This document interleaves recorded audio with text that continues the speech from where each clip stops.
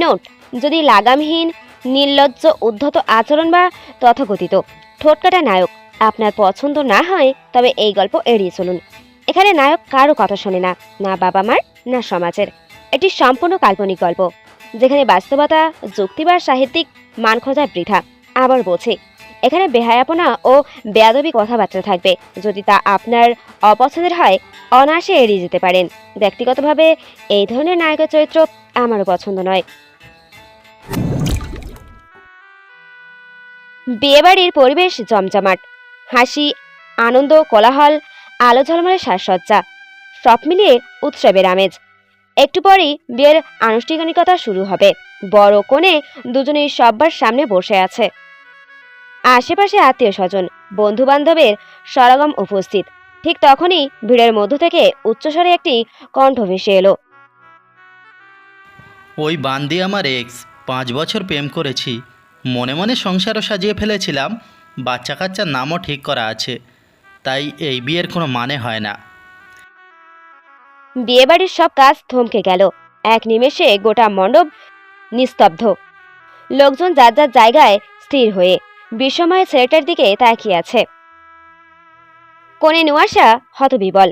পাশে বসা বর রিভান দ্রুত উঠে দাঁড়ালো। এক লাফে গিয়ে ছেলেটার সামনে দাঁড়িয়ে বলল, তোর মাথা ঠিক আছে ফারিস? কি সব উল্টাপাল্টা বলছিস? ফারিস তীক্ষ্ণ হেসে বলল, বিশ্বাস না হলে চেক করে দেখো, ওর কাঁধে একটা তিল আছে, আমার খুব পছন্দের। না না, তুই না, মেয়েরা দেখলে দেখুক। বিয়েবাড়ির পরিবেশে এবার কানাঘুষো শুরু হয়ে গেল। সবাই ফিসফিস করে কথা বলছে। এদিকে নুয়াশা থমকে গেছে। সে এই ছেলেকে একদমই চেনে না, অথচ তার শরীরে থাকা একটি গোপন তিল সম্পর্কে জানে কিভাবে? রিভানের মাথা ঘুরতে লাগলো। আর মাত্র কয়েক মুহূর্ত পর বিয়ে, অথচ তারই মামাতো ভাইয়ের এক্স নাকি তার হতে চলা স্ত্রী। এরই মধ্যে রিভানের মা মিসেস নাহিদা তেলে বেগুনে জ্বলে উঠলেন। রাগে গজগজ করতে করতে নুয়াশার সামনে এসে দাঁড়ালেন। শয়তান মেয়ে, আমার ছেলেকে ফাঁসিয়ে বিয়ে করতে চাইছিস? দেখি তোর কাঁধে তিল আছে কিনা। তিনি হাত বাড়িয়ে দিলেন নুয়াশার দিকে। নুয়াশা ক্ষুদিত হয়ে উঠল। নিজের চরিত্র নিয়ে এমন ভিত্তিহীন অপবাদ! মুখ খুলতে যাবে এমন সময় ফারিস বলে উঠল, ফুপি, ও কিন্তু আমার না হওয়া বউ, তাই আগেই সাবধান করে দিলাম। দেখো, কিন্তু আমার না হওয়া বউয়ের জন্য কোনো অসুবিধা না হয়। নুয়াশা এবার আর নিজেকে থামাতে পারল না। এক ধাপ এগিয়ে ফারিসের মুখোমুখি দাঁড়িয়ে বলল, আমি আপনার বউ? কবে বিয়ে করেছেন আমাকে? ফারিস আপন মনে হেসে বলল, হুর বান্দি, তোকে আমি মনে মনে বিয়ে করেছি। তারপর নুয়াশার দিকে ঝুঁকে বলল, ফারিস সারাওয়ারের বউ কানে কালা হতে পারে না। আমি বলেছি না, না হওয়া বউ, বুঝেছিস বান্দি? এদিকে রিভানের মাথা সত্যি ঘুরছে। যদি ফারিস মিথ্যে বলতো, তবে নুয়াশা নিশ্চয়ই রেগে মেগে প্রতিবাদ করত, কিন্তু সে তো চুপ। রিভান নিজেকে সামলে নিয়ে ফারিসের কাঁধে হাত রাখল। ভাই, এভাবে নাটক করিস না। বিয়ে ভেঙে গেলে কেলেঙ্কারি হয়ে যাবে। আমি তো কখনো শুনিনি নবনীতা তোর গার্লফ্রেন্ড। ফারিস কিছুক্ষণ দাড়ি চুলকে আপন মনে বলল, নবনীতা? ওর নাম তো শুনেছি নয়াশা। নাম যাই হোক, মেয়ে তো একটাই। তারপর ফারিস রিভানের চোখে চোখ রেখে বলল, কোনো কাজ আমি কাউকে বলে করেছি যে তোকে প্রেম করার কথা বলবো? এদিকে নুয়াশা ফারিসের দিকে তীক্ষ্ণ দৃষ্টিতে তাকিয়ে আছে, কিন্তু তার মুখে কোনো শব্দ বের হয় না। চারপাশে এক ধরনের অস্বস্তিকর নীরবতা বিরাজমান। সবাই একে অপরের পানে তাকিয়ে যা খুশি ভাবতে শুরু করেছে।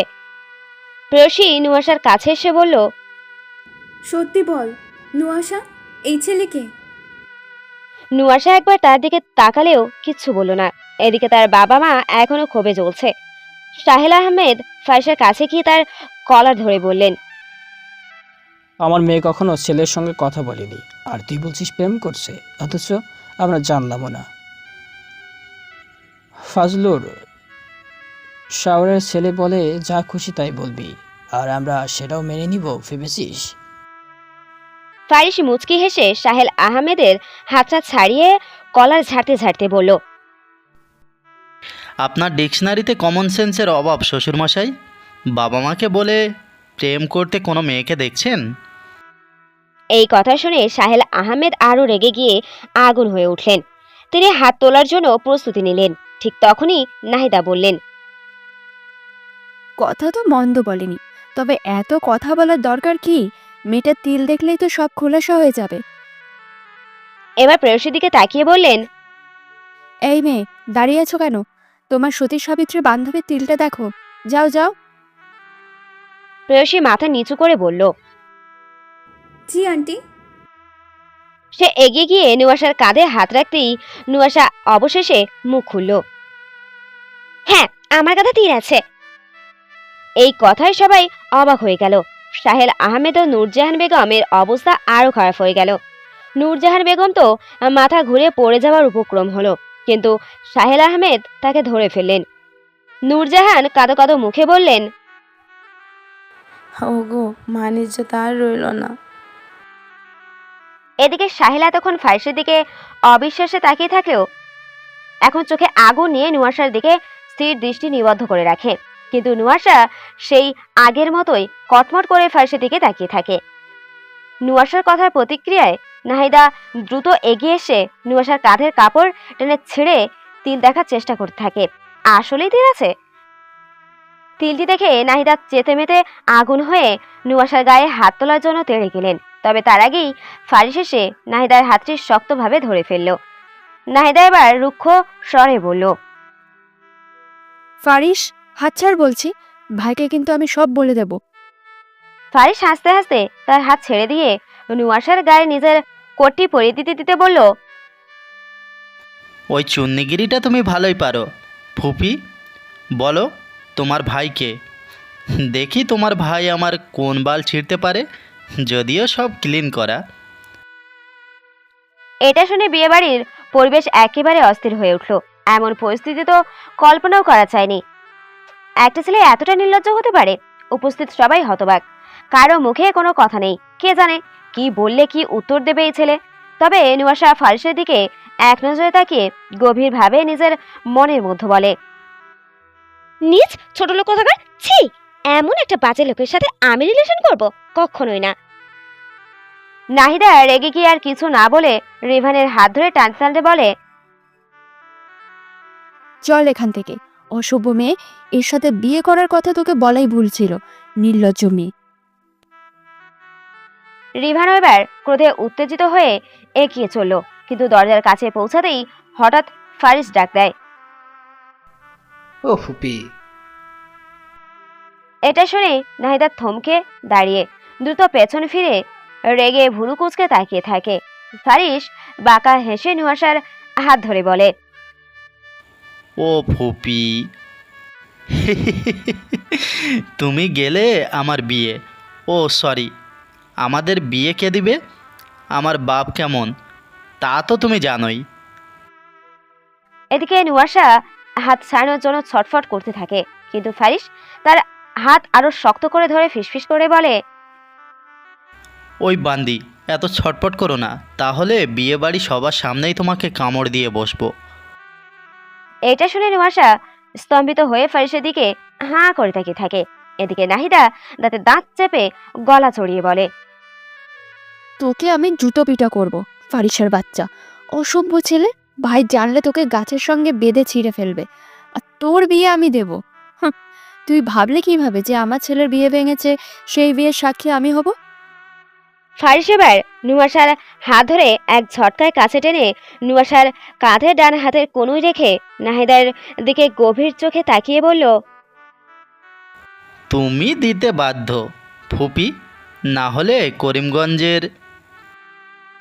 নাহিদা দ্রুত পরিস্থিতি সামাল দিতে বলল, এই, বিয়ে পড়ানো শুরু করুন কাজী সাহেব।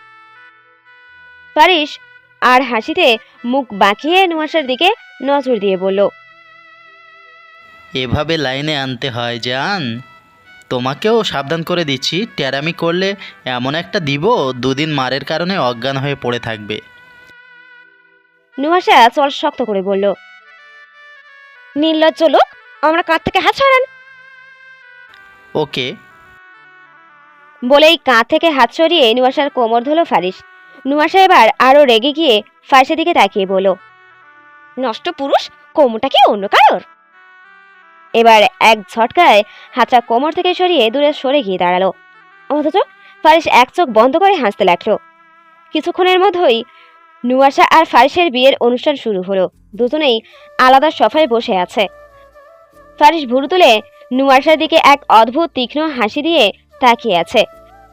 নুহাশা এটা দেখে আড়ালে চোখ সরিয়ে আপন মনে বলে, কিভাবে তাকিয়েছে দেখো, যেন বিয়ের পর্ব নয়, বর্ষরের পর্ব শুরু হয়ে গেছে। বেয়াদব কোথাকার। কিছুক্ষণ পর কাজী সাহেব প্রশ্ন করলেন, তুমি কি ফারিস সরওয়ারকে বিবাহ করতে সম্মত আছো মা? কিন্তু নুহাশা কিছুই বলল না। ফারিস বিরক্তি হয়ে বলল, ওই বান্দি, হ্যাঁ বল। এরপর উঠে নুহাশার দিকে এগিয়ে গিয়ে কানের কাছে ফিসফিস করে বলল, তাড়াতাড়ি বলো, হার্ট অ্যাটাক না হলে বিয়ে ছাড়াই বাসর করে ফেলবো। ধৈর্য কিন্তু আমার খুব কম। এই কথা শুনে নুহাশা তাড়াতাড়ি বলল, জি জি হ্যাঁ। ফারিস হেসে বলল, আলহামদুলিল্লাহ। কিছুক্ষণ পর কাজী সাহেব প্রশ্ন করলেন, তা দেনমোহর কত ঠিক করা হবে? পাশ থেকে উঠে প্রয়সী বলল, 10 কোটি আঙ্কেল।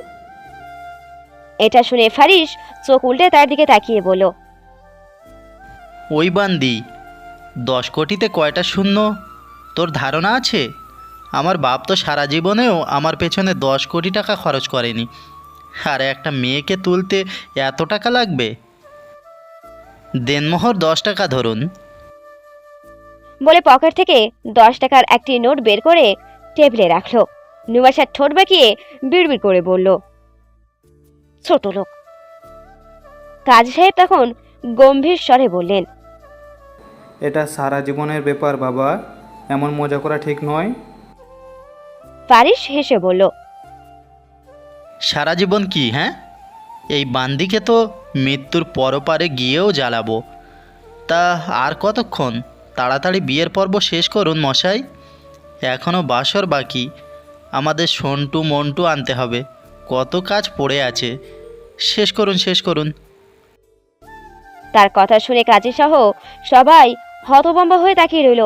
এদিকে নাহিদা চোখ বন্ধ করে নিজেকে সামলে বললেন, 15 লাখ ধরুন। এরপর কাজী সাহেব বললেন, তাহলে মেয়েকে দেনমোহর পরিশোধ করুন। ফারিস ঠোঁটের কোণে হাসি ফুটিয়ে বলল, ওই ফুপি, জলদি জলদি টাকা দাও, শুধু শুধু বাসরের সময়গুলো নষ্ট হচ্ছে। এটা শুনে নুহাশা হাত মুঠো করে নিজের রাগ সংবরণ করে মনে মনে বলল, অসভ্য নির্লজ্জ পুরুষ, তোর সাথে সারা জীবন থাকবো আমি, তোকে কবরে পাঠাবো, বেয়াদব লোক। এদিকে ফারিসের কাণ্ড দেখে সবাই নির্বিকার। নাহিদা দ্রুত বললেন, তাড়াতাড়ি এর বিয়ের কাজ সম্পন্ন করুন কাজী সাহেব। তারপর নিচু স্বরে বিড়বিড় করে বললেন, শুধু বিয়েটা শেষ হোক ফারিস, আমিও কম চাই না। বিয়ের কাজ সম্পূর্ণ হলেও সাহেলা আহমেদ কটমট করে ফারিসের দিকে তাকিয়ে থাকে। ফারিস এগিয়ে এসে হাসি মুখে বলে, আসসালামু আলাইকুম শ্বশুর। সাহেল মুখ বাঁকিয়ে বিরক্তির কণ্ঠে বলল, কোথায় ডাক্তার জামাই পেতাম, আর কোথায় রাস্তার গুন্ডা। বিয়ে করলে তোকে কখনোই জামাই হিসাবে মেনে নিব না, বেয়াদব ছেলে। ফারিস ঠোঁটের কোণে তীক্ষ্ণ হাসি টেনে বলল, যোগ্যতা নিয়ে আপনি প্রশ্ন তুলতেই পারেন, কিন্তু বিশ্বাস করুন শ্বশুর, আদরের ক্ষেত্রে আমার মতো কেউ আপনার মেয়েকে ভালোবাসতে পারবে না। এই কথা শুনে সাহেল রাগে গজগজ করতে করতে নিজের জুতো খুলে হাতে নিয়ে তেড়ে এলেন। শুয়োরের বাচ্চা লম্পট, আজ তোকে খুন করে জেলে যাব আমি, অসভ্য ছেলে। ফারিস হেসে নুহাশার আড়ালে গিয়ে বলল, ওরে বাবা গো, বউ তোমার বাপকে সামলাও। নুয়াশা বিরক্ত হয়ে বলল, বেহায়া পুরুষ, সরুন আমার পেছন থেকে। সাহেল আহমেদ আরো রেগে গিয়ে বললেন, বেরিয়ে আয় কাপুরুষ, আজ তোকে শ্মশানে পাঠাবো। এবার ফারিসের হাসি মিলিয়ে গেল, চোখ মুখে চিরচেনা ঔদ্ধত্য খেলে গেল। কটমট করে সাহেল আহমেদের দিকে এগিয়ে গিয়ে তার পানে তাকিয়ে ঠান্ডা স্বরে বলল, এটা বেশি বেশি বলে ফেললেন শ্বশুরমশাই। আপনার মেয়ে যদি আমাকে অ্যালাউ করে তবে প্রতি বছর আপনার কোলে একটা করে নাতি নাতনি দিতে পারার স্ট্রেংথ আমার আছে। কাপুরুষ হলাম কিভাবে? সাহেল আহমেদ কপাল চাপড়ে দৃঢ় স্বরে বললেন, হে আল্লাহ, দূর হ আমার চোখের সামনে থেকে তুই। ফারিস মৃদু হাসলো। পাশ ফিরে তাকাতেই দেখলো নুয়াশার দৃষ্টির সমস্ত আগুন ছেড়ে দিয়েছে তার দিকে। ফারিস হাসিটা চেপে রেখে তার দিকে ঝুঁকে বলল, এভাবে তাকিয়ে থেকো না, হার্ট অ্যাটাক। একবার সিডিউস হয়ে গেলে কিন্তু এখনই কিছু মিছু করে ফেলবো। নুয়াশা চোখের ওপর হাত রেখে ঠোঁট কামড়ে আপন মনে বলল, লাগামহীন পুরুষ, আল্লাহ এ কাকে জুটিয়ে দিলে। এদিকে সাহেল আহমেদের আগে তপ্ত মুখ দেখে নাহিদা এগিয়ে এলেন, শান্ত স্বরে বললেন, ভাই সে যাই হোক, আত্মীয়তার বন্ধন তো করে উঠলই। এখন চলো সবাই, আর বৌভাতের তারিখ ঠিক করে জানাবো। ফারিস এক ঝটকায় সামনে এসে বলল, ওসব তারিখ টারিখ বাদ দিন ফুপি, এই শ্বশুরের কাছে আমার বউকে এক মুহূর্তও রাখবো না। কথাটা শেষ করে সে হুট করেই নুহাশাকে কোলে তুলে নিয়ে এগিয়ে চলল। নুহাশা লজ্জায় সংকুচিত হয়ে ওড়নায় মুখ ঢাকে, ফিসফিস করে বলে, বেশরম পুরুষ, সবাই দেখছে, না মনে বলছি। ফারিস হাসতে হাসতে বলল, আরে ওসব করার সময় দরজা আটকে রাখবো জান, কেউ কিচ্ছু দেখবে না। অন্যদিকে নূরজাহান বেগমের অবস্থা তখন শোচনীয়। কি ছেলের সাথে মেয়ের বিয়ে দিয়েছেন, মাথা ঝিমঝিম করতে লাগলো তার। একটু দুলে উঠে ধপ করে পড়ে গেলেন। সাহেল আহমেদ ফারিসকে বকা দেওয়ার বদলে নূরজাহানের দিকে ছুটে গেলেন। তার কণ্ঠে উৎকণ্ঠা ঝরে পড়ল, কেউ ধরো নূরজাহান। বিয়েবাড়ির সবাই নূরজাহানকে নিয়ে ব্যস্ত হয়ে পড়ল, আর ফারিস সে তখন নুহাশাকে গাড়ির দরজার কাছে নিয়ে গিয়ে সাবধানে বসালো, নিজেও পাশে বসলো। ড্রাইভারের দিকে তাকিয়ে বলল, গাড়ি চালাও ড্রাইভার, কিন্তু ভুলেও পেছনে তাকাবে না, পেছনে উল্টাপাল্টা কিছু হয়ে যেতে পারে। আর এত মূল্যবান মুহূর্ত টিকিট কেটেও দেখার অধিকার কারণেই। ড্রাইভার মুখ টিপে হেসে কোনো কথা না বলে গাড়ি গতি বাড়িয়ে দিল। কিন্তু নুহাশা চল শক্ত করে বলল, আঙ্কেল আপনার কাছে কি টেপ নেই? লাগামহীন বেলালাপনা লোকটার মুখে তালা দেওয়া উচিত। ফারিস বাঁকা হেসে তার দিকে ঝুঁকতেই নুহাশা মাথা পেছনে সরিয়ে নিল। ফারিস আরো কাছে গিয়ে নিচু স্বরে বলল, বিশ্বাস করো হার্ট অ্যাটাক। এখন একটা চুমু খাও, আমি 1 ঘন্টার জন্য চুপ হয়ে যাব। 2টা চুমু খেলে 2 ঘন্টা মুখে লাগাম। আর যদি এই মুহূর্তে গাড়িতেই বাসর করতে দাও, সত্যি বলছি বউ, সারা জীবন তোমার কথায় চলবো। নুহাশার মুখ রাগে লাল হয়ে উঠল। সে কান দুহাত দিয়ে চেপে ধরে ফারিসের বক্ষে ধাক্কা দিয়ে তাকে দূরে ঠেলে দিল। চোখে আগুন জ্বলে উঠল তার। দূরে যান নষ্ট পুরুষ। ফারিস শেষে সিটের সাথে মাথা ঠেকাল, গম্ভীর সুরে বলল, এই বুকটাকে তো বাঁধিয়ে রাখা উচিত। আমার বান্দির হাতে যে এখানে লেগেছে। কিন্তু নুহাশা এসব কথার দিকে মনোযোগ না দিয়ে গাড়ির কাছে মাথা ঠেকিয়ে রইল। একটু পর তার চোখের কোণ বেয়ে কয়েক ফোঁটা অশ্রু গড়িয়ে পড়ল। ফারিস থতমত খেয়ে গেল, গলায় হালকা কাঁপুনি এনে বলল, ওই বান্দি, কান্না করছিস কেন? তোকে কি আমি কিছু করেছি? এমন করে কাঁদিস না বউ, তাহলে লোকে ভাববে অতিরিক্ত উত্তেজনায় গাড়িতে কাজ সেরে ফেলেছি। আর পরে যদি ম্যারিটাল রেপ কেসে ফেঁসে যাই, তাহলে জামাই জীবিত থাকতেও তুমি বিধবার মতো জীবন কাটাবে। নুয়াশার চোখে ক্রোধের আগুন আরো দাউ দাউ করে জ্বলে উঠল। তার নিঃশ্বাস ভারী হয়ে এলো। ফুসতে ফুসতে তাকালো ফারিসের দিকে, তারপর চোখ বন্ধ করে চিৎকার করে উঠল, শান্তিতে কি একটু কাঁদতেও দেবেন না? নাকি এটাও বোঝেন না যে একটা মেয়ে তার বাড়ি ছেড়ে এসেছে, তার কেমন লাগতে পারে? এটুকুও মনুষ্যত্ব নেই? নুহাশা রাগ এবার ফারিসকেও থামিয়ে দিল। সে চুলে হাত বুলিয়ে নিল, পকেট থেকে একটা রুমাল বের করে মুখে চাপা দিল, তারপর সিটে মাথা রেখে চোখ বন্ধ করলো। কিন্তু নুহাশার কান্নার গুনগুন শব্দ ক্রমশ তার কানে বেঁচে যেতে লাগলো। কিছুক্ষণ সহ্য করার পর বিরক্ত গলায় বলে উঠল, ওই ড্রাইভার, গাড়ি থামাও। ড্রাইভার চমকে উঠে গাড়ি থামালো। ফারিস দরজা খুলে নেমে গেল। মিনিট কয়েক পর হাতে কয়েকটা চিপস, আইসক্রিম আর চকলেট নিয়ে ফিরে এলো। এসে সেগুলো নুহাশার কোলের মতো ফেলে বলল, এগুলো চিবাও বউ, তাও ফ্যাচ ফ্যাচ করে কান্না করো না। তোমার এসব ন্যাকা কান্না দেখলে আমার ইচ্ছে করে কান্নার বাপকে চুমু দেই। বলে হেসে সিটে মাথা এলিয়ে দিল।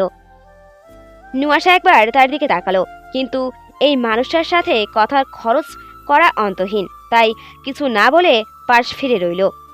তবে একটু পর ক্ষুধায় আইসক্রিম খুলে খাওয়া শুরু করলো নুহাশা। অন্যদিকে নূরজাহান বেগমকে বিছানায় শুইয়ে দেওয়া হয়েছে। কক্ষ থেকে বেরিয়ে এসে সাহেল আহমেদ গম্ভীর নিঃশ্বাস ফেললেন। নাহিদা এসে পাশে দাঁড়ালো, শান্ত স্বরে বলল, চিন্তা করবেন না ভাই, কোম্পানির 60% যেহেতু ফজলুর সার্ভারের নামে, নুয়াশা একভাবে ঘরে গেলেই হলো। সাহেল আহমেদ এক মুহূর্ত নীরব রইলেন, তারপর চোখে সন্দেহ ছায়া এনে বললেন, কোম্পানির কথা যদি বলেন তাতে হয়তো ব্যাপারটা নাগালে থাকবে, কিন্তু এমন একটা নির্জন ছেলের সঙ্গে মেয়েটা সারা জীবন কীভাবে থাকবে সেটাই ভাবতেছি। আহা, ওটা আমার উপর ছেড়ে দিন। সাহেল একবার নাহিদার দিকে তাকালেন, কিন্তু তার চোখের ভাষা থেকে কিছুই পড়ে নিতে পারলেন না। গাড়ি এসে সারোয়ার বাড়ির সামনে থামতেই নুয়াশা অন্যমনস্ক হয়ে বাইরে দৃশ্য দেখছিল। বিশাল সাদা বাড়ি, আভিজাত্য ভরা, আজ যেন আরো দীপ্তমান। বিয়ে উপলক্ষে নতুন করে সাজানো হয়েছে, আলোয় ফুলে এক উৎসব মুখর সৌন্দর্য। ফারিস নেমে এসে গাড়ির দরজা খুলে ডান হাতে বাড়িয়ে দিল নুয়াশার দিকে, কিন্তু নুয়াশা তার হাত উপেক্ষা করেই নামলো। একটু এগোতেই পেছন থেকে ডাক এলো, ওই বান্দি। নুয়াশা বিরক্ত চোখ ফিরে তাকাতেই ফারিস ধীরে ধীরে এগিয়ে এলো। আচমকা তার কোমর আঁকড়ে ধরে তার ওষ্ঠে এমন এক চুমনে আবদ্ধ করলো যে নুয়াশার শ্বাস পর্যন্ত আটকে গেল। সে বিস্ময়ে জমে গেল, চোখের পলকও ফেলতে ভুলে গেল। কয়েক সেকেন্ড পর ফারিস ঠোঁট থেকে মুখ সরিয়ে তার আঙুলে ঠোঁট মুছে দিয়ে হেসে বলল, ওই বান্দি, এটা ভেবো না যে এর বেশি সময় ধরে চুমু খেতে পারি না, তবে এইটুকুই যথেষ্ট ছিল আমার হাত না ধরার শাস্তি হিসেবে। আমার সুইট বান্দি। নুয়াশা এবারও হতবাক, তার পা যেন জমে গেছে মাটিতে। ফারিস তাকে ছেড়ে দিতেই নুয়াশা ধপ করে নিচে বসে পড়ল, অথচ ফারিস হাত বাড়িয়ে না তুলে তাকে ডিঙিয়ে চলে যেতে লাগলো। নুয়াশা ক্ষিপ্ত হয়ে উঠে দাঁড়িয়ে শরীর ঝাড়তে ঝাড়তে বলল, অসভ্যলোক, এভাবে অচেনা একটা মেয়েকে চুমু খেতে বিবেকে বাঁধলো না? ফারিস শেষে মাথা কাত করে বলল, আমার বিবেক তোমার বালের মতো নড়বড়ে না। হার্ট অ্যাটাক এসব নেমক হারামি চিন্তা ভাবনা করো না। এই অচেনা ছেলের সঙ্গে কিছুক্ষণ পরেই বাসর করবে। আমি খুলবো, তুমি খুলবে, আমি দেখব, তুমিও দেখবে, আমি করব। তারপর থেমে মুচকি হেসে দুই হাত একত্র করে ওপরে তুলে আড়মোড়া ভেঙে পড়ল। যাই হোক, তখন দেখি তোমার কোন বিবেকে কি করে। And why are you is standing there, come quickly জান। কিন্তু নুয়াশা তবুও জলজান্ত দৃষ্টিতে তাকিয়ে দাঁড়িয়ে থাকলো। ফারিস অবাক হয়ে বিড়বিড় করে বলল, সামনে এগোচ্ছে না কেন? এই বেটি মনে হয় আমার কোলে মজা পেয়ে গেছে, তাই কোলে ওঠার যত ধান্দা। বলে সে তার দিকে এগিয়ে গিয়ে আচমকা নুয়াশাকে কোলে তুলে নিল। নুয়াশা চিৎকার করে উঠল, আমাকে নামান! অসভ্য লোক, নামান বলছি! সে হাত পা ছুটতে লাগলো। ফারিস হাঁটা থামিয়ে বলল, এই বান্দি, তুমি কি চাও তোমাকে কামড়ে ঠান্ডা করি? নুয়াশা শ্বাস আটকে তার দিকে তাকিয়ে থাকলো। ফারিস আরো হাসতে হাসতে বলল, যদি না চাও তাহলে চুপচাপ থাকো, না হলে তোমাকে ড্রেনে ফেলে দিয়ে আবার নিজেই তুলে এনে সাবান পানি দিয়ে ধুয়ে বুকের মধ্যে জড়িয়ে রাখবো। নুয়াশা চোখ বন্ধ করে অসহায় গলায় বলল, আল্লাহ পাপের শাস্তি এভাবে দেবে, আগে জানলে ওই পাপটাই করতাম না। ফারিস নাক সিটকে বলল, আমার মতো শুদ্ধতম পুরুষ পেয়েছো? তোমার তো উচিত আসতে যেতে আমাকে চুমু খাওয়া। বিশ্বাস করো, হার্ট অ্যাটাক এই শরীরে এত বছরে জমিয়ে রাখা কারেন্ট যখন তোমার শরীরে প্রবাহিত করব, তখন নিজেই শক খাওয়ার জন্য বারবার আমার কাছে আসবে। আর তুমি কি না ফাকিং আফসোস করছো? এটা শুনে নুয়াশা নিজের মনে বিড়বিড় করলো, শুধু পাপ না, অনেক বড় পাপ করেছিস নুয়াশা। ফারিস খিলখিল করে হেসে নুয়াশাকে কোলে নিয়েই বাড়ির চৌকাঠে পা রাখলো। তারপর উচ্চস্বরে সম্বোধন করলো,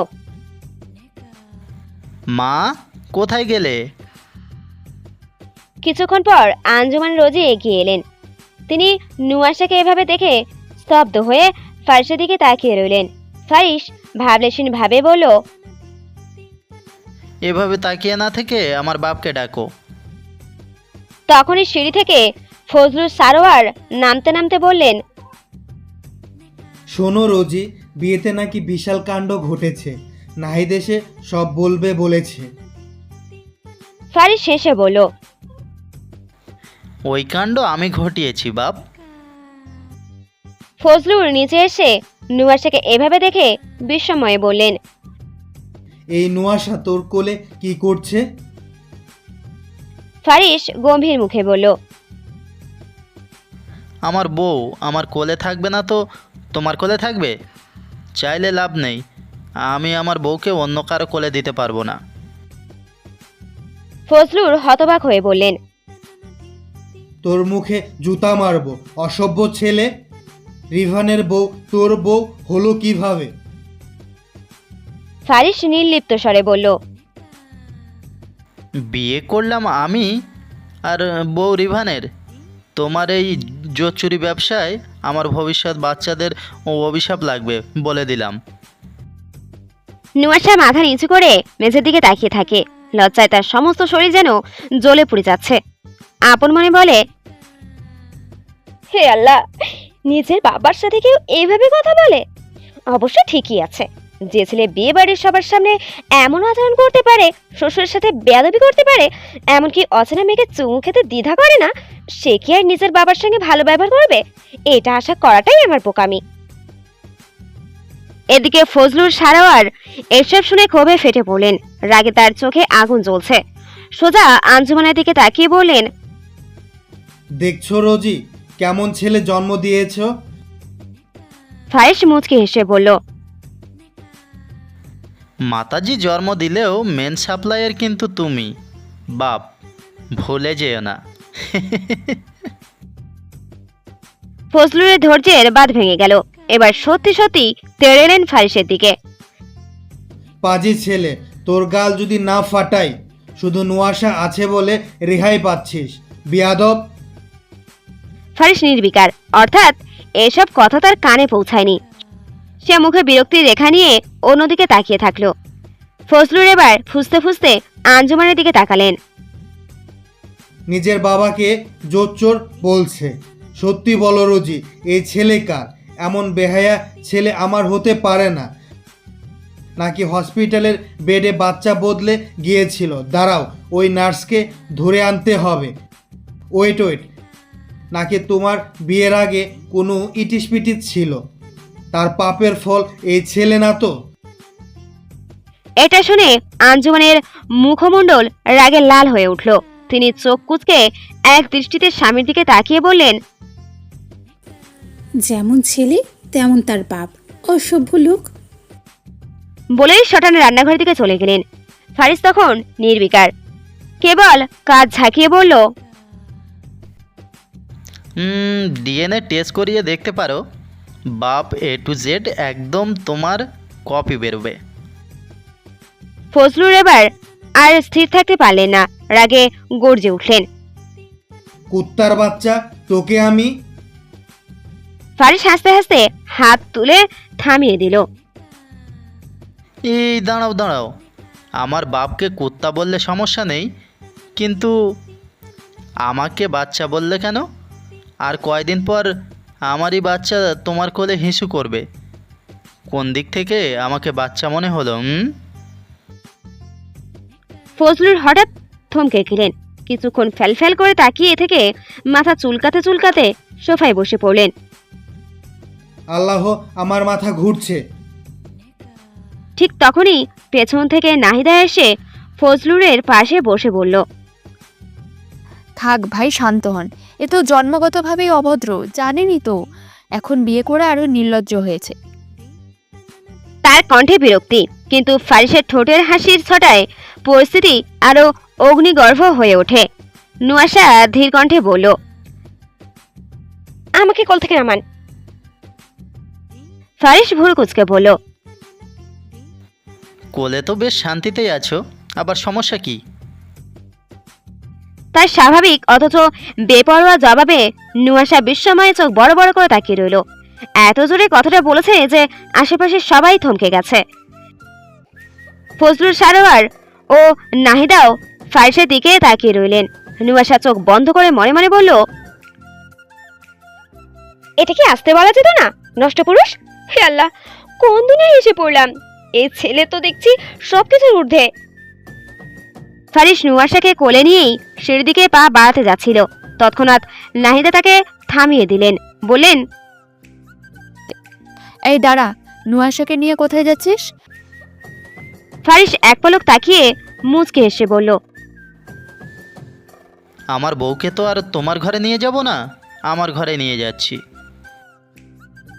নাহিদা বিরক্ত হয়ে বলল, ফাজিল ছেলে, ওকে নামা নিচে। ফারিস গম্ভীর ভঙ্গিতে বলল, না, নামানো যাবে না, আমার বউয়ের পায়ে ব্যথা করবে। আর তুমি তো আর ওকে কোলে তুলে রাখবে না, তাই না? নুয়াশা এবার রাগের চোখ মুখ কুচকে কঠোর কণ্ঠে বলল, নিচে নামান। তার চোখের আগুন দেখে ফারিস না চাইলেও বাধ্য হয়ে নুয়াশাকে নামিয়ে দিল। ঠিক তখনই রিভান তীব্র রাগ নিয়ে এসে বলল, মা, আমি উপরে যাচ্ছি।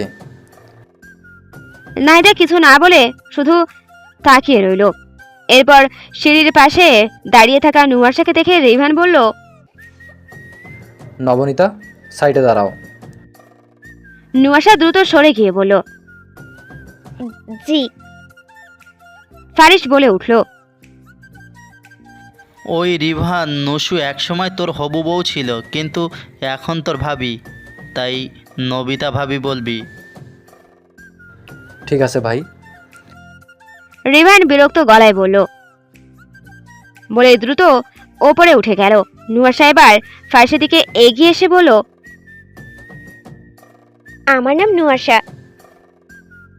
ফারিস ঠোঁটের কোণে দুষ্টু হাসি টেনে বলল, হুম, নসু, এটা আমার ভালোবাসার ডাক, বান্দি। নুয়াশা ঘৃণায় মুখ বিকৃত করে চুপ রইল। ঠিক তখনই নাহিদা নুয়াশার সামনে এসে দাঁড়িয়ে বলল, অনেক হয়েছে, এবার নুয়াশা আমার সঙ্গে রান্নাঘরে এসো, দেখি কেমন চা বানাতে পারো। নুয়াশা মাথা নিচু করে বলল, জি। এর মধ্যেই ফারিস ভুরু উঁচু করে নাক সিটকে বলল, ওই চুন্নি ফুকি আমার বউকে দিয়ে কাজ করাবে মানে? নাহিদা চোখ রাঙিয়ে বলল। বেয়াদব ছেলে, এটা রেওয়াজ। ফারিস অবাক হয়ে বলল, বিয়ে করতে এত ধাপ? তাহলে বাসরটা কখন করব? আর ভবিষ্যৎ বাচ্চাদেরই বা আনবো কখন? নাহিদা এবার রেগে তেড়ে এসে বলল। তুই যাবি উপরে? ফারিস হাসতে হাসতে সিঁড়ির দিকে হাঁটতে হাঁটতে বলল। ঠিক আছে, রেওয়াজ টেওয়াজ শেষ করে আমার বউকে আমার রুমে পাঠিয়ে দিও। সে চলে যেতেই নাহিদা আবার নুহাসের দিকে ফিরে বলল। যাও গিয়ে চা বানাও। নুহাসা চোখ নামিয়ে বলল, জি। তারপর রান্নাঘর দিকে এগিয়ে গেল। রান্নাঘরে আঞ্জুমান মৃদু হাসি হেসে নুহাসার থুতনি ধরে বলল, ভারী মিষ্টি মেয়ে তুমি। ছেলের বউ হিসেবে আমার কিন্তু বেশ পছন্দ হয়েছে। নুহাসা লজ্জায় মাথা নিচু করেই হেসে বলল, মা, চা বানানোর জিনিসপত্র কোথায়? একটু দেখিয়ে দিন। রাখো এসব, আর আমার ননদের কথা বাদ দাও। ছেলের বউকে দিয়ে কাজ করাবো এমন মানসিকতা আমার নেই। তখন তো তোমার পরিবার ভাববে মেয়েকে বিয়ে দিয়ে কাজে লাগিয়ে দিয়েছি। নুহাসা হেসে উঠে বলল, আরে না মা, আমি স্বেচ্ছায় বলছি। চা বানাতে পারি, কিন্তু তার বাইরে আর কিছুই পারি না। আঞ্জুমানে হাসি মুখে তার হাত ধরে বলল, এসো, বাকিটা না হয় তোমার শাশুড়ি মা ধীরে ধীরে শিখিয়ে দেবে। দুজনের হাসি ঠাট্টার মাঝে চায়ের ধোয়া উঠতে লাগলো আর ছোট্টখাটো কথোপকথন চলতে লাগলো। অন্যদিকে নাহিদা ফজলুরের দিকে তাকিয়ে দৃঢ় গলায় বলল, ভাইয়া, জমি জমার বেশিরভাগই সালেহ আহমেদের দখলে। তার মেয়েকে ফারিসের সঙ্গে বিয়ে দিয়ে শুধু পারিবারিক সম্পর্কই মজবুত হয়নি, বরং ব্যবসায়িক সুবিধাও হয়েছে। প্রতিদ্বন্দ্বী কোম্পানিগুলো আমাদের সামনে দাঁড়ানোর সাহস পাবে না। দুই বড় ডেভেলপার এক হলে বাজারে আমাদের একচেটিয়া আধিপত্য তৈরি হবে।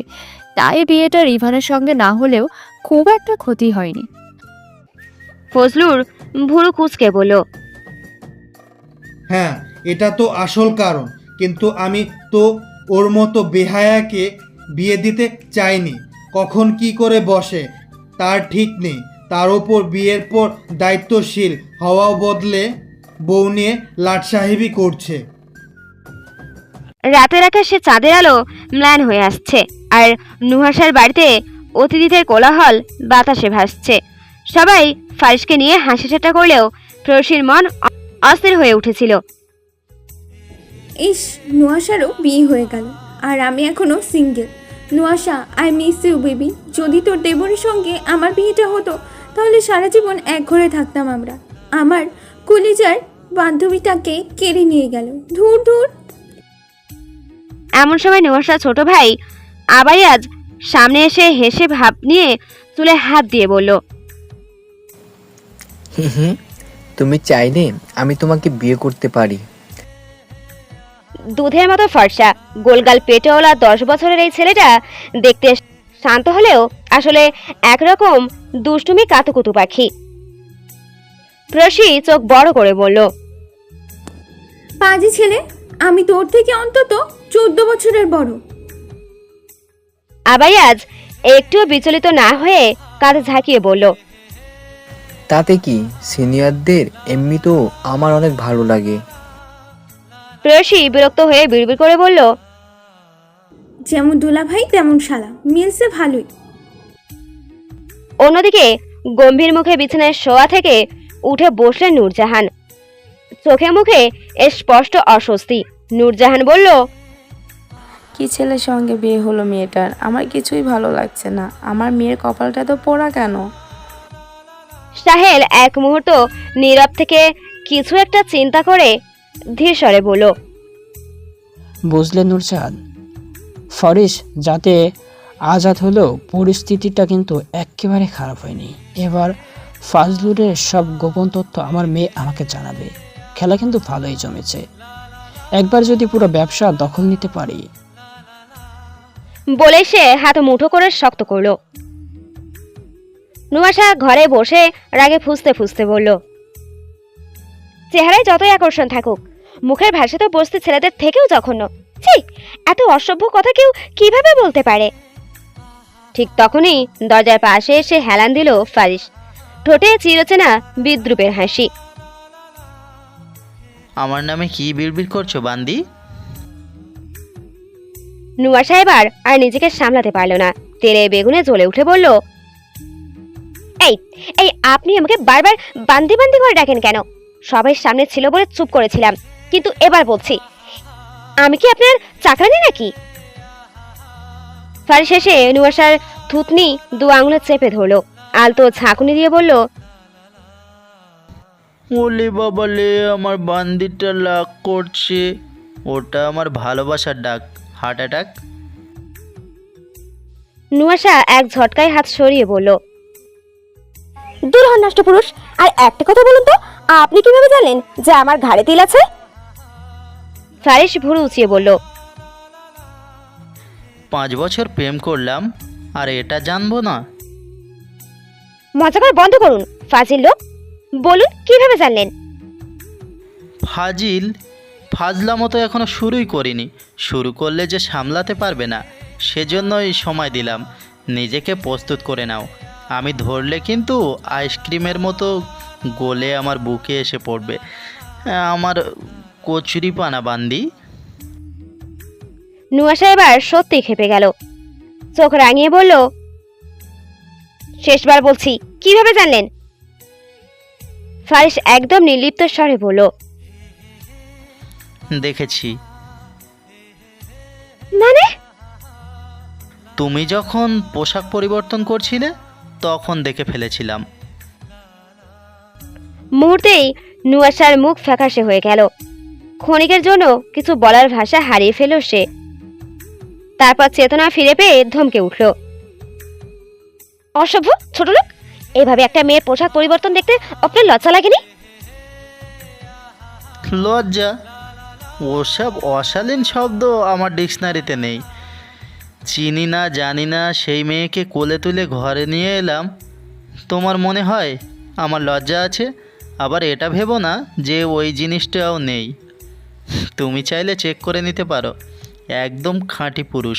তাছাড়া নিজে দরজা খুলে পোশাক চেঞ্জ করতে পারবে, আর আমি দেখলেই দোষ বান্দি। নুয়াশা এবার চোখ বন্ধ করে নিজের মাথায় হাত রাখলো, মনে মনে নিজেকে গালি দিল, বলো তুই নুয়াশা, দরজাটা ভালো করে বন্ধ করতে পারলি না? ইস, বজ্জাতটা সব দেখে ফেললো। ফারিস হাই তুলে বলল, এসব বাদ দাও, ভাবছি খুলে ফেলবো। নুয়াশা চোখ কপালে তুলে বলল, কি? তোমার লেহেঙ্গা আর আমার শার্ট। নুয়াশা 2 কানে হাত চেপে গুনগুনিয়ে বলল, আল্লাহ, এর মুখের সুপারগুলো লাগিয়ে দিন। ফারিস হেসে নুয়াশার দিকে গম্ভীর দৃষ্টিতে তাকিয়ে নিজের মনে বলল,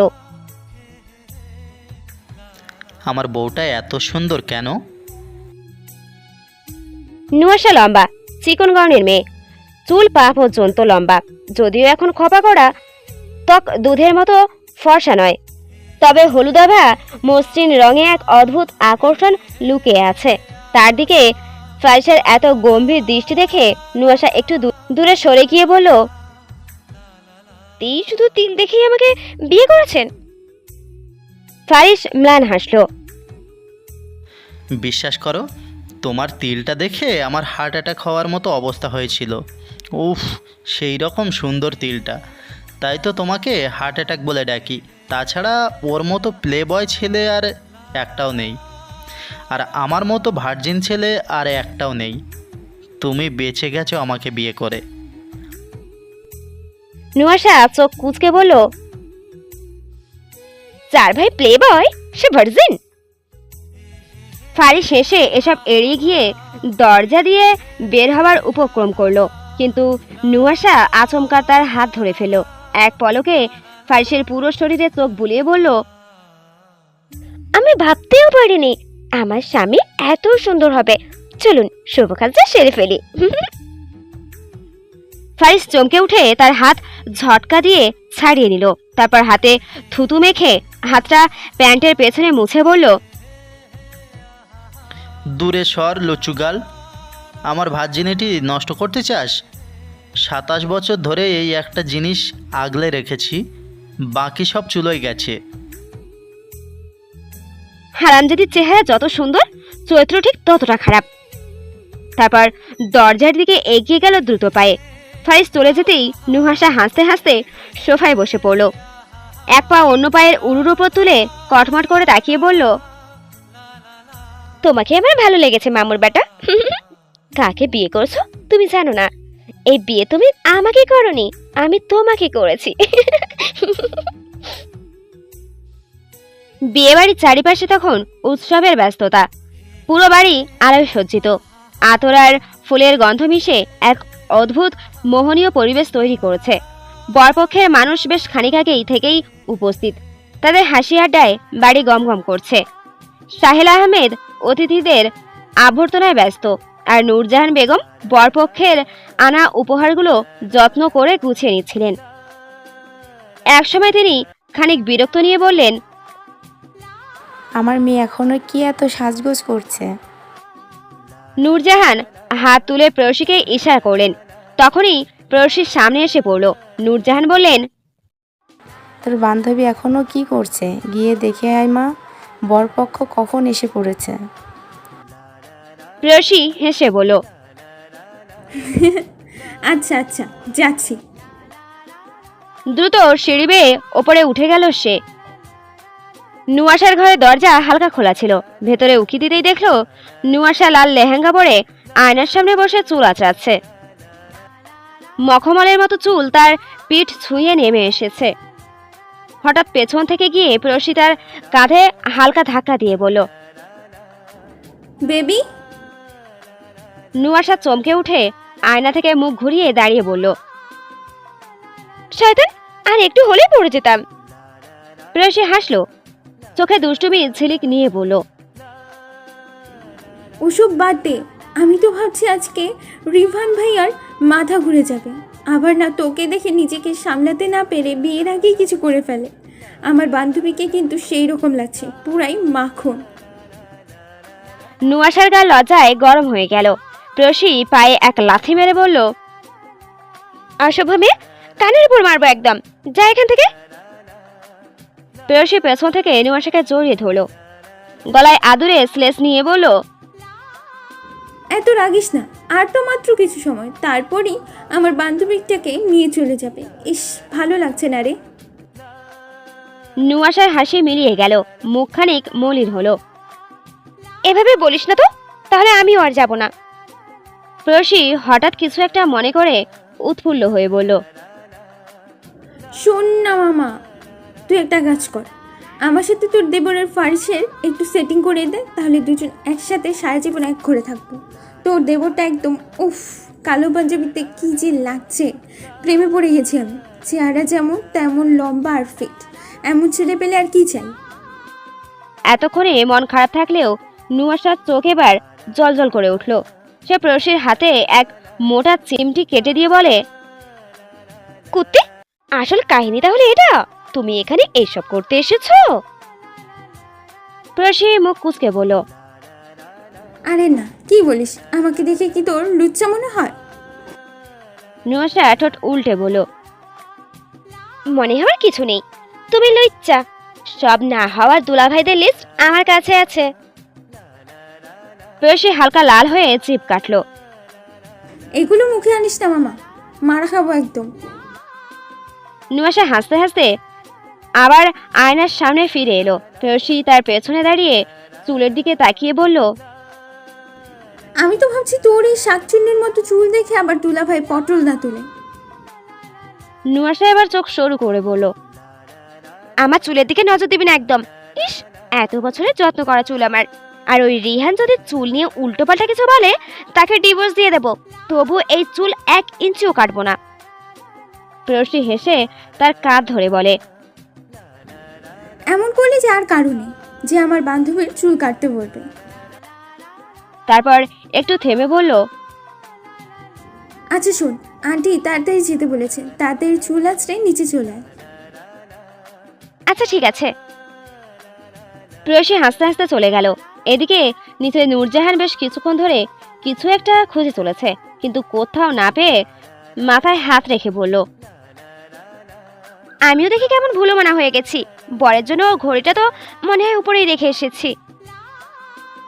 অস্থির মনে সে আশেপাশে তাকালো। চোখে পড়ল একদল শিশু খেলায় ব্যস্ত।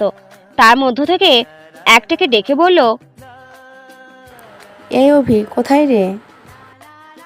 ছেলেটা খেলতে খেলতেই জবাব দিল, আবিয়াস তো বাইরে। বলে লাফাতে লাফাতে চলে গেল। নূরজাহান এবার দ্বন্দ্বে পড়ে গেলেন। এবার কাকে বলি? ফারিস বন্ধুদের সঙ্গে গল্পে ব্যস্ত ছিল, কিন্তু নূরজাহানের চিন্তিত মুখ দেখে কথোপকথন থামিয়ে বলল, তোরা কথা বল, আমি একটু আসছি। সে এগিয়ে এসে নূরজাহানকে সালাম দিয়ে বলল, আসসালামু আলাইকুম আন্টি, কিছু খুঁজছেন? নূরজাহান একটু হাসলো। ওয়ালাইকুম আসসালাম বাবা, দোতলা 3 নম্বর ঘরে কিছু জিনিসপত্র রেখেছি, সঙ্গে একটা ঘড়ির বক্স। সবাইকে সময় দিতে গিয়ে আর উঠতে পারছি না। ফারিস নির্দ্বিধায় বলল, ও এই ব্যাপার, আমি গিয়ে নিয়ে আসছি। আরে না বাবা, তুমি বসো, আমি কালকে বলে দিচ্ছি। কোনো সমস্যা নেই আন্টি, আমি আসছি। বলে সে হেসে সিঁড়ি বেয়ে ওপরে উঠে গেল। নূরজাহান মুগ্ধ হয়ে বলল, ছেলেটা কত ভদ্র আর দায়িত্বশীল, বোঝাই যাচ্ছে ফজলুর সারোয়ারের ছেলে। এদিকে নুয়াশা আয়নার সামনে দাঁড়িয়ে খোপা ঠিক করছিল। খেয়াল করেনি যে পেছনে জিপ খোলা রয়ে গেছে। ঠিক তখনই দরজার পাশ দিয়ে যাচ্ছিল ফারিস, কিন্তু কয়েক কদম এগিয়ে গিয়ে আচমকা থমকে দাঁড়ালো। তার চোখ কপালে উঠে গেল। নুয়াশার খোলা কাঁধের পাশে ছোট্ট একটা তিল, যা এতক্ষণ আড়ালে ছিল, এখন স্পষ্ট দেখা যাচ্ছে। ফারিস ঢোক গিলে চোখ বন্ধ করলো। হায় আল্লাহ, আমি কি দেখে ফেললাম? মনে তো হচ্ছে হার্ট অ্যাটাক হবে। তার হৃদয়স্পন্দন বেপরোয়া ঘোড়ার মতো দৌড়তে লাগলো। বাম্বুকে হাত চেপে রেখে নিজেকে শান্ত করার ব্যর্থ চেষ্টা করলো। লাফাস না ভাই, সর্বনাশ, নিজের ভাইয়ের হবু বউয়ের উপর ট্রাশ খেয়ে বসলাম। এদিকে নুয়াশা পেছন ফিরতে যাবে, ঠিক তখনই ফারিস বিদ্যুৎ গতিতে পাশের ঘরে ঢুকে পড়লো। মাথা চুলকে আপন মনে বলল, এই কথা যদি বাপ জানতে পারে তাহলে আমাকে কবরে পাঠিয়ে দেবে। কিছুক্ষণ চুপচাপ বসে থেকে সে গভীরভাবে চিন্তা করলো। এরপর হঠাৎই ঠোঁটে এক চতুর হাসি ফুটে উঠল। নিজেকে নিজেই বলল, কিন্তু আমি তো চরম লেভেলের ক্রাশ খেয়েছি। যেহেতু ভুল করে দেখে ফেলেছি, সেহেতু অন্য কেউ দেখার অধিকার রাখে না। না, এই মেয়েকে পেতেই হবে। তারপর একটা শয়তানি বুদ্ধি মাথায় এলো। চোখে এক রহস্যময় দৃষ্টি খেলে গেল। পরে ঘড়ির বক্স হাতে তুলে নিয়ে নিচে নেমে গেল। এদিকে কিছুক্ষণ পর প্রেয়সী আবার নুয়াশার ঘরে এসে বলল, কি রে ভাই, আর কতক্ষণ লাগবে? হয়ে গেছে রে, চল যাই। প্রেয়সী হঠাৎ থেমে বলল, দাঁড়া দাঁড়া, তোর জিপ আটকাসনি কেন? নুয়াশা আয়নার দিক থেকে পেছন ফিরে জিভ কাটলো। দেখেছিস, কাজ সেরেছিল, তাড়াতাড়ি আটকে দে না মা। প্রেয়সী হাসতে হাসতে জিপ আটকে দিল। তারপর একসঙ্গে নিচে নামলো। নিচে পৌঁছাতেই নুয়াশাকে দেখে সবাই এক দৃষ্টিতে তাকিয়ে রইল। লাল লেহেঙ্গায় তাকে ঠিক যেন কোনো ছবির নায়িকা লাগছিল। গায়ের রঙের সাথে লালের মিশালে চোখের কাজল আর কপালের ছোট্ট টিপ সব মিলিয়ে সে আলোয় উৎসাহ হয়ে দাঁড়িয়ে রইল। ফারিস চেয়ারে বসেছিল, কিন্তু চোখ ছিল শুধু নুয়াশার ওপর। তার ঠোঁটের কোণে রহস্যময় হাসি খেলে গেল। আপন মনে বলল, তোমার আসনের পাশে রিভান বসতে পারে, কিন্তু তোমার বিছানার পাশে আমি থাকবো। Heart attack. তারপরেই সেই এক অপ্রত্যাশিত বাক্য উচ্চারণ করলো, যা বদলে দিতে চলেছে সবকিছু। ওই বান্দি আমার এক্স। নুয়াশার বেপরোয়া কথা শুনে ফারিস ছাদের রেলিং ধরে দৃষ্টি আকাশের দিকে নিবদ্ধ করে দাঁড়িয়ে থাকে। মৃদু বাতাসে শার্টের হাতাগুলো হালকা দোল খাচ্ছে। ঠোঁটের কোণে একটা সিগারেট ঝুলিয়ে ধোয়ার কুণ্ডলি ছাড়তে ছাড়তে বলল, তবা তবা, আমার বান্দি দেখি আমার থেকেও 2 কাঠি উপরে। যতটা ভালো ভেবেছিলাম তার থেকে 32 গুণ ভয়ঙ্কর। তারপর এক ঝটকায় চুলগুলো আঙুল দিয়ে পেছনে ঠেলে দিল। চোখে মুখে এক অদ্ভুত উন্মত্ততা নিয়ে পুনরায় বলল, আরেকটি হলেই উল্টাপাল্টা কিছু করে ফেলতাম। ওর শরীরে কি আছে মাবুদ, এতটা কারেন্ট খেলাম কেন? হায় হায়, গরম লাগছে। সে নিজের শার্টের কলার ঠিক করে দিল, হাত দিয়ে গা ছাড়ল। তারপর ধীর পায়ে কয়েক কদম এগিয়ে এসে বাতাসে হাত ছুঁড়ে বলল, না, আমি গলে গেছি, কিন্তু ওকে বুঝতে দেওয়া যাবে না। এক মুহূর্তের জন্য তার দৃষ্টি কঠিন হয়ে উঠল। তারপর গভীর এক নিঃশ্বাস নিয়ে নিচে নামতে শুরু করলো। অন্যদিকে নুয়াশা কিছুক্ষণ পা নাড়িয়ে উঠে আয়নার সামনে দাঁড়িয়ে নিজেকে এক ঝলক দেখে নিয়ে বলল, নুয়াশা, তুমি কি কাজে এসেছো সেটা ভুলে গেলে চলবে না। এক একটা পদে পদে বুঝিয়ে দেবে আমি সাহেলা আহমেদের মেয়ে। তীক্ষ্ণ হাসি হেসে নিল সে। তারপর কপাল কুঁচকে বলল, আচ্ছা, আমি তো দরজা আটকে চেঞ্জ করেছি, তাহলে দেখলো কিভাবে? একটু পর মনে পড়লে বলল, শিট, সেদিন প্রেয়সী যাবার পর দরজা আটকাতেই ভুলে গিয়েছিলাম। এ খোদা, আমার ব্যাক সাইড দেখে ফেলেছে বজ্জাত ব্যাটা। এর মধ্যেও দরজার বাইরে ঠকঠক আওয়াজ হলো। নুয়াশা দ্রুত পেছন ঘুরতেই দেখলো নাহিদা হাতে কিছু শাড়ি নিয়ে দাঁড়িয়ে আছে। নুয়াশা মাথায় লেহেঙ্গার ওড়নাটা জড়িয়ে বিনয়ী সুরে বলল, আসুন ফুপি। নাহিদা মুখে আফসোসের ভাব নিয়ে নিজে নিজে বলল, শাশুড়ি থেকে ফুফি হয়ে গেলাম। ছ্যা, বৌমা হলে তো ভালোই হতো। মেয়ে দেখতে মাশাল্লাহ, তেমন সংস্কারিতাও আছে, কিন্তু কপাল আমার, ফারিসের বাচ্চা সুদে আসলে সব ফিরিয়ে দেব, দেখে নিস। তারপর এক লহমায় ভেঙচি কেটে বলল, নাও, এসব পরিবর্তন করে এখন এগুলোর মধ্যে কিছু একটা পরে নাও। জি ফুপি। এবার নাহিদা কঠিন মুখে বলল, শোনো নুয়াশা, এই ঘরে আমার কথাই সবাই উঠে বসে, শুধু তোমার বেয়াদব জামাইটা বাদে। তাই তোমাকেও বলে রাখি, যা করবে আমাকে বলে করবে, আর সব সময় মাথা নিচু করে রাখবে, মনে থাকে যেন। তারপর শাড়ির আঁচলে ঝটকা দিয়ে পা বাড়াতেই নুয়াশা মাথা নিচু রেখেই বলল, জি ফুপি, মনে থাকবে, কিন্তু কথাটা মনে রাখবো আপনার জন্য নয়, আমার শাশুড়ি মায়ের জন্য। এটা শুনে নাহিদা পেছনে ফিরে বলল, কি বললে তুমি? মিসেস আঞ্জুমান রোজি, যিনি ঘরের মালিকিন, আমি অবশ্যই তার কথা মেনে চলবো, কিন্তু আপনার নয়। নাহিদা ক্রোধে তেতে উঠে দাঁতে দাঁত চেপে বলল, এই মেয়ে, কার সাথে কথা বলছো তুমি জানো? কিন্তু নুয়াশা কোনো উত্তর না দিয়ে গভীর দৃষ্টিতে হেসে তাকিয়ে রইল। এটা দেখে নাহিদা আর কিছু না বলে জ্বলতে জ্বলতে বেরিয়ে যেতে যেতে বিড়বিড়িয়ে বলল, এটা তো মনে হচ্ছে খাল কেটে শয়তান এনেছি। আমার এত বছর ধরে গড়া শেকড় কি শেষ পর্যন্ত এই হাঁটুর বয়সে মেয়ের হাতে চলে যাবে? এমনটা ভুলেও হতে দেওয়া যাবে না। এই সাম্রাজ্য আমারই ছিল, আমারই থাকবে। এদিকে ফারিস সিঁড়ি বেয়ে নামতে নামতে নাহিদার সামনে এসে পড়তেই নাহিদা কটমট করে তার দিকে তাকিয়ে বলল, সাবধান করে দিচ্ছি ফারিস, আমার সাথে লাগিস না তোরা, ফল কিন্তু ভালো হবে না। বলেই ফুসতে ফুসতে বেরিয়ে গেল। ফারিস দাড়ি চুলকাতে চুলকাতে বলল, সরি, কাহিনীটা কি হলো? এই চুন্নি ফুককে খেপে গেল কেন? তারপর সামনে দরজার সাথে হেলান দিয়ে দাঁড়িয়ে থাকা নুয়াশাকে দেখে চোখ মুখ কুঁচকে বলল, ওই বান্দি। নুয়াশা হেসে চুলে ঝটকা দিয়ে বলল, আপনার জন্য অনেক অপেক্ষা করেছি, এবার তাহলে আমার অপেক্ষার প্রহর শেষ করুন।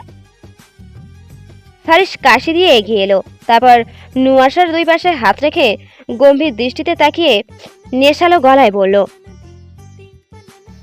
এত তাড়া? নুয়াশা ফারিসের দিকে হাসতে হাসতে চুলে ঝটকা দিয়ে বলল, আপনাকে দেখে যে নিজেকে কন্ট্রোল করা দায় হয়ে যাচ্ছে, কি করব বলুন? ফারিস নুয়াশার কোমর ধরে তাকে কাছে টেনে নুয়াশার ঠোঁটে চুমু খাওয়ার জন্য এগিয়ে গেল। তৎক্ষণাৎ নুয়াশা ফারিসের ঠোঁট আর নিজের ঠোঁটের মাঝে আঙুল রেখে দূরে সরে গিয়ে বলল, আপনি সিগারেট খান? এই একটাই বদ অভ্যাস আছে, হার্ট অ্যাটাক। প্লিজ এটাকে ছাড়তে বলো না। আরে ছাড়তে বলবো কেন? আমাকে একটা দিন, অনেক দিন টেস্ট করার ইচ্ছে ছিল। ফারিস রেগে কপাল কুঁচকে বলল, বান্দির ঘরে বান্দি, আর কোনো শখ পেলি না? তুই সিগারেট খাবি আর সেই ঠোঁটে আমি চুমু খাবো ভেবেছিস? নুয়াশার সম্মোহীন গলায় বলল, আপনার চুমু খাবার দরকার নেই তো, আপনার ওই ওষ্ঠচুগুলে আমিই চুমু খাবো। এটা শুনে ফারিস খুক খুক করে কাশি দিয়ে দূরে সরে গিয়ে বলল, তুমি শিওর এবার আমার হার্ট অ্যাটাক করাবে? এই, তোমার বয়স কত? বেশি না, 24। নুয়াশা মাথা উঁচু করে বলল। ফারিস চোখ বড় বড় করে বলল, কি কস বান্দি? কিন্তু তোকে দেখলে তো মনে হয় কচি খুকি। এরপর নুয়াশার দিকে ঝুঁকে বলল, আর পড়াশোনা কত দূর করেছো? Masters pass. কি বলো, 10 পাসও করনি? নুয়াশা চোখ ঘুরিয়ে বলল, মূর্খ লোক। ফারিস শেষে বলল, এতটাও অশিক্ষিত মনে করো না, নাটকের নাতি। I drop out of my PhD program. ভাষা যা স্ত্রী, তা তো বুঝতেই পারছি কিসের পিএইচডি করতে গিয়েছিলেন। ফারিস আর হেসে নুয়াশার দিকে গভীর দৃষ্টিতে তাকিয়ে থাকে। এটা দেখে নুয়াশা এগিয়ে গিয়ে ফারিসের গলা দুহাতে পেঁচিয়ে বলল, চলুন স্বামী, অনেক তো হলো। ফারিস হেসে নুয়াশার দিকে ঝুঁকে বলল, আমার দাঁত দেখছো বান্দি? এক কামড়ে তোমাকে পক্কা পাইয়ে দিব। ভুলেও ধারে কাছে এসো না, আমার কিন্তু কন্ট্রোলের কও নাই। আর কি, তোমাকে দেখলে শুধু। নুয়াশা ফারিসের গলার কাছে মুখ এনে বলল, আমি তো বারণ করিনি, যা খুশি করুন। এটা শুনে ফারিস তীক্ষ্ণ হেসে নুয়াশার গলায় একটা চুমু দিতেই নুয়াশা ফারিসের বুকে ধাক্কা দিল। ধাক্কা খেয়ে ফারিস দু কদম পিছিয়ে নুয়াশার দিকে অবাকের দৃষ্টিতে তাকিয়ে থাকে। নুয়াশা কাটকাট গলায় বলে, আমি ড্রেস চেঞ্জ করব। ফারিস যদিও বিরক্ত, তবে মুখে প্রকাশ না করে বলল, করো। আপনি বের হন। এত নাটক করো না, আমি তোমার স্বামী। Heart attack? এবার নুয়াশা চোখ মুখ কুঁচকে ওপর তাকিয়ে বলল, হ্যাঁ আল্লাহ, স্বামীকে ঝাঁটার বাড়ি মারলে কি খুব বেশি পাপ হবে? এবার ফারিস ঠোঁট কামড়ে বলল, ওই বান্দি, তোমার ওইসব বাল দেখার জন্য বসে আছি আমি, না মানে পরে দেখব। বলেই পা বাড়ালো। নুয়াশা আপন মনে বিড়বিড় করলো, অসভ্য অসভ্য অসভ্য। এরপর নুয়াশা দরজা আটকানোর জন্য দরজায় হাত দিতেই ফারিস দরজা ধরে নুয়াশাকে থামিয়ে বাঁকা হেসে বলল,